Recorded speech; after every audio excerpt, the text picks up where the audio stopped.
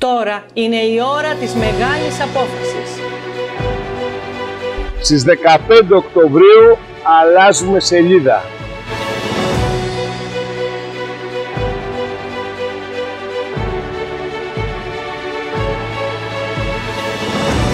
Για μένα όλα τα νησιά είναι ισότιμα και μοναδικά. Δεσμεύομαι να διοικήσω την περιφέρεια με δημοκρατία και διαφάνεια. Θα σεβαστώ και θα δώσω αξία και στο τελευταίο ευρώ για να μην χαθεί καμία χρηματοδότηση. Υπόσχομαι μια δυναμική πενταετία με ανάπτυξη για όλους, για έργα πνοής, για σύγχρονες υποδομές.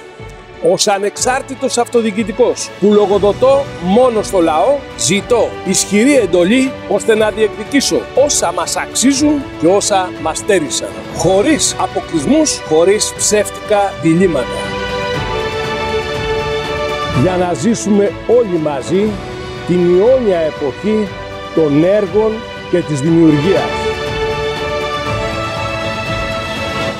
Στις 15 Οκτωβρίου η αιώνια εποχή με Γιάννη Τρεπεκλή.